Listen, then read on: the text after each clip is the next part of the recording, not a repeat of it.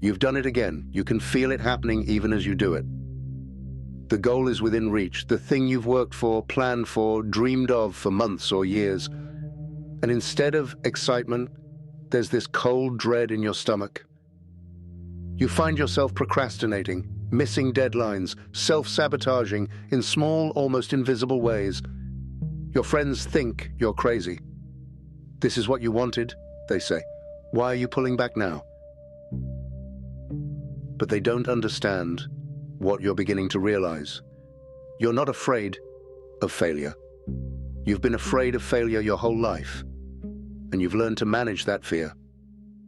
No, you're afraid of something much worse. You're afraid of success. Because success means you'll have to answer the question you've been running from your entire life. If you get everything you think you want, who are you? Right now, you're the person who wants things, the person who's working towards something, the person who has dreams and goals and a reason to keep going. Your identity lives in the gap between where you are and where you're going. But what happens when the gap closes? What happens when you arrive at the destination and realize you don't know why you wanted to get there in the first place? What happens when you achieve your dream and discover it's just Tuesday? 2,000 years ago, a slave named Epictetus understood exactly why you do this. He had been beaten, crippled, stripped of everything that most people think makes life worth living. He owned nothing, controlled nothing, had no goals to chase, no dreams to pursue, in the way you understand them. And yet, somehow, he became more free than any emperor who ever lived. Not because he got what he wanted, but because he understood what wanting actually is. What it does to you, and what happens when you mistake the chase for the destination. Epictetus taught his students something that sounds impossible at first.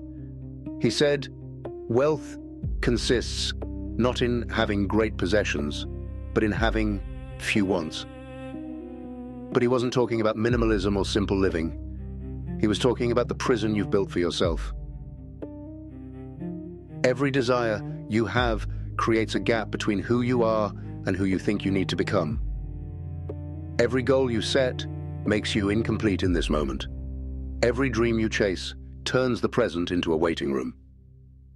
And the terrible irony is this: the closer you get to filling those gaps, the more terrified you become. Because you're starting to suspect that the gaps were never the problem. The problem is that you've forgotten how to exist without them. Think about the last time you actually got something you wanted. Not just any random goal, but something you really wanted, something you worked for, something that mattered. Do you remember that moment right after you got it? The celebration lasted maybe a few hours, maybe a few days if you were lucky. And then what? Then you started looking around for the next thing to want, the next gap to create, the next reason to postpone being okay with who you are right now. Epictetus saw this pattern in his students. He watched them chase honor, wealth, recognition, love, and he watched them panic when they got close to actually achieving those things. Because getting what you want forces you to confront the question you've been avoiding. Was the wanting itself the point? You have built your entire sense of self around what you don't have yet. You are the person who needs to lose weight. You are the person who needs to find love. You are the person who needs to get promoted, published, recognized, seen. These lacks have become your identity. And identity is the most terrifying thing to lose. Even an identity based on suffering, even an identity based on not being enough. Because at least it's something. At least you know who you are in relation to what you're missing. But who are you when nothing is missing? Who are you when you have everything you thought you needed? Epictetus understood this terror.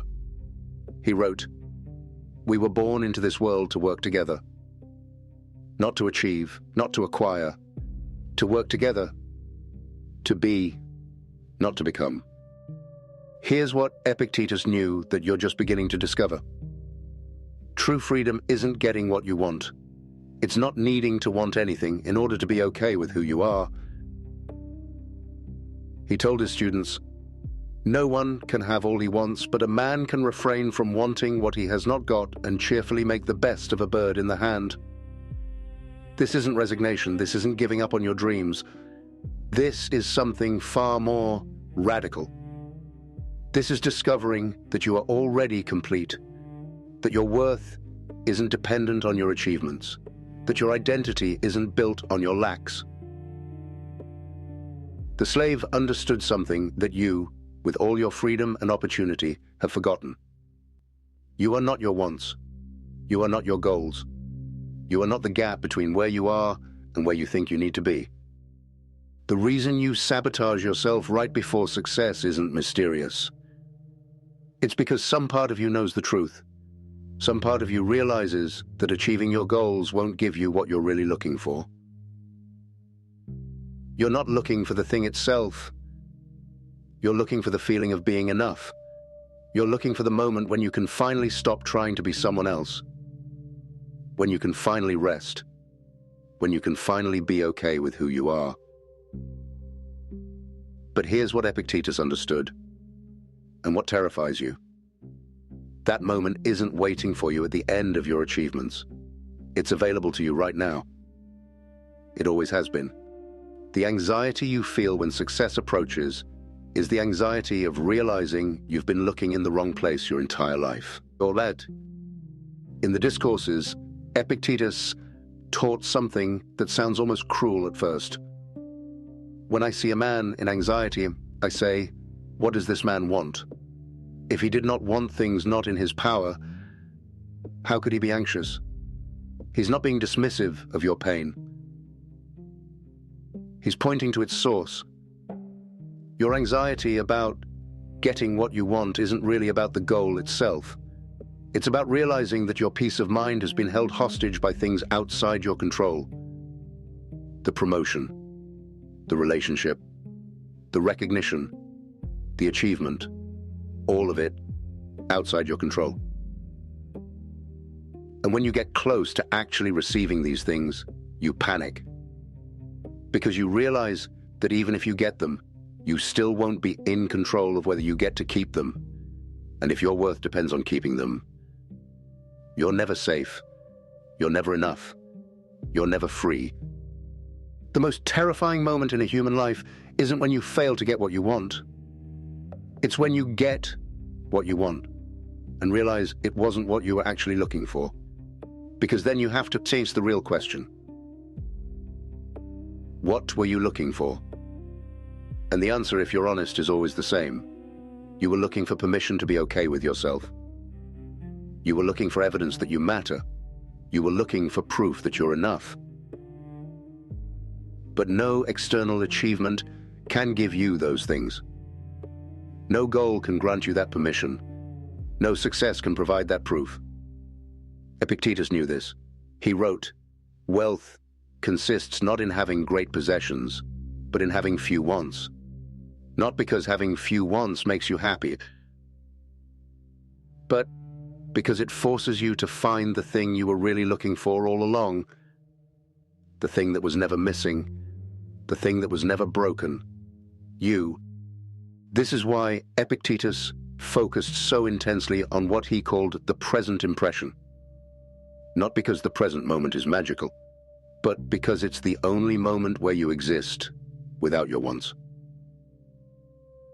Right now, in this moment, before your mind starts reaching for what's missing, what's next, what's not enough, you are complete. You are whole. You are exactly who you were meant to be. The terror you feel when approaching success is the terror of discovering this. Because if you're already complete, then what was all the striving for? If you're already whole, then what was all the suffering about? If you're already enough, then who have you been trying to become all these years? Epictetus would tell you, you've been trying to become who you already are. And the journey was never necessary, but it wasn't wasted either. Because now, you know. In the very first lines of the Enchiridion, Epictetus cuts straight to the heart of your terror. Some things are within our power, while others are not. And then he says something that changes everything. If you want to improve, be content to be thought foolish and stupid with regard to external things. He's not telling you to give up your goals. He's telling you to give up your attachment to whether you achieve them. He's telling you to give up the belief that your worth depends on external validation. Because as long as your peace of mind depends on getting specific outcomes, you will be terrified every time you get close to getting them, because you'll realize that getting them doesn't solve the real problem. The real problem was never what you lacked.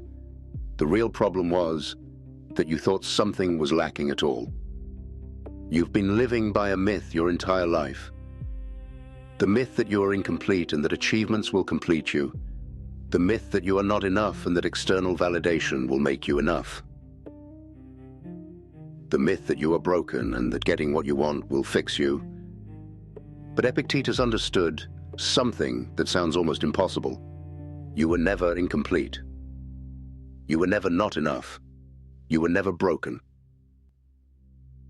What happened is that you learned to see yourself through the eyes of your wants, through the eyes of what was missing, through the eyes of who you thought you needed to become.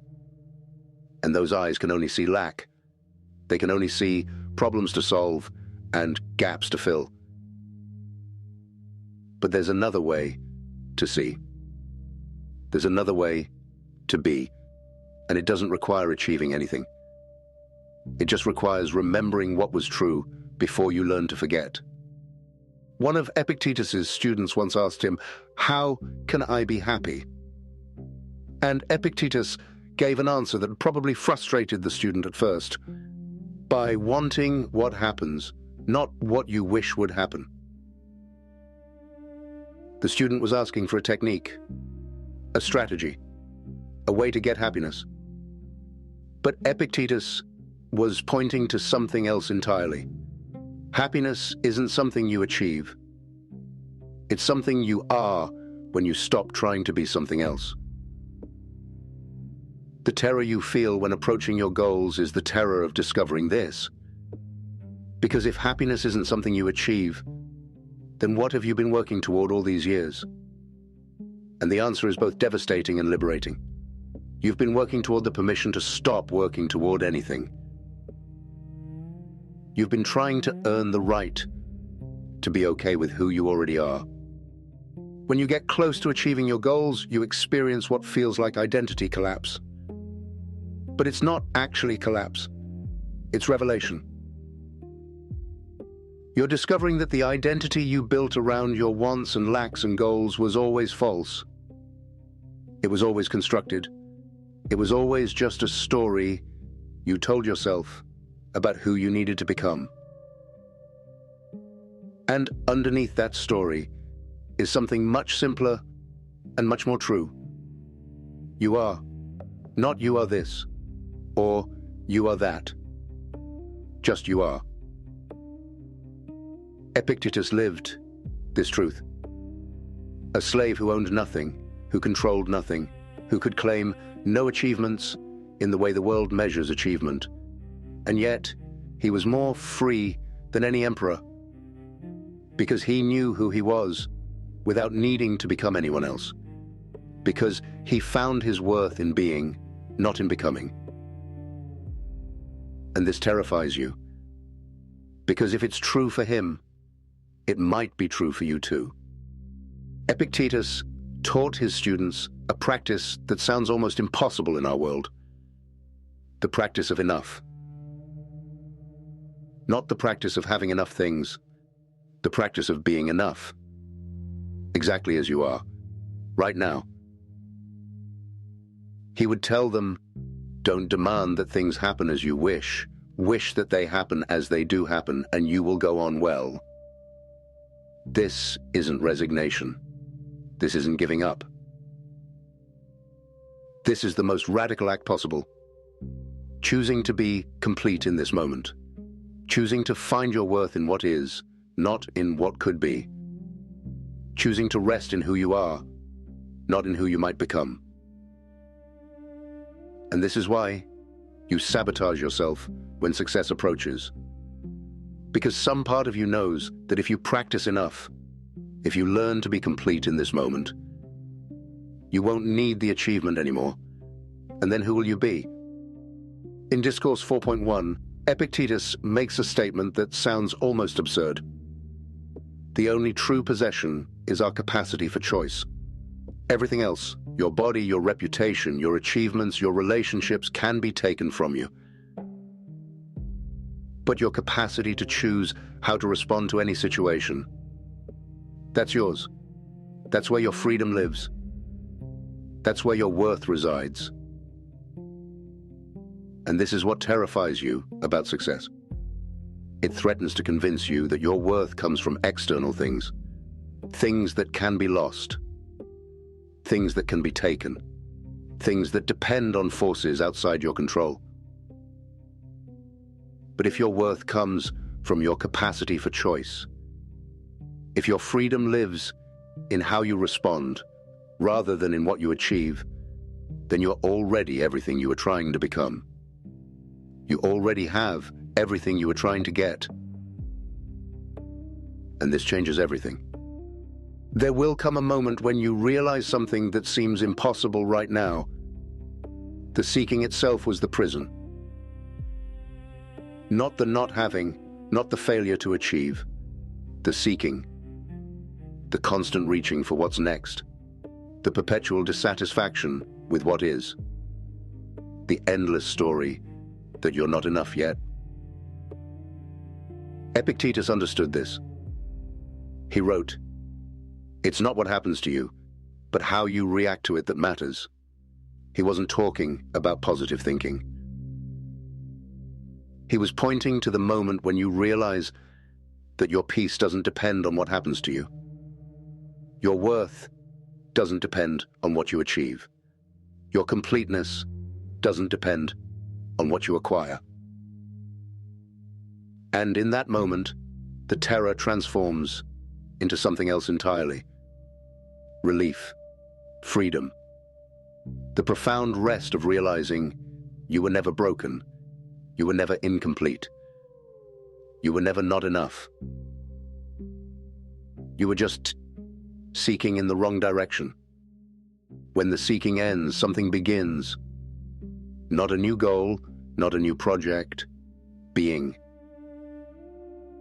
Pure, simple existence without the constant need to justify itself through achievement.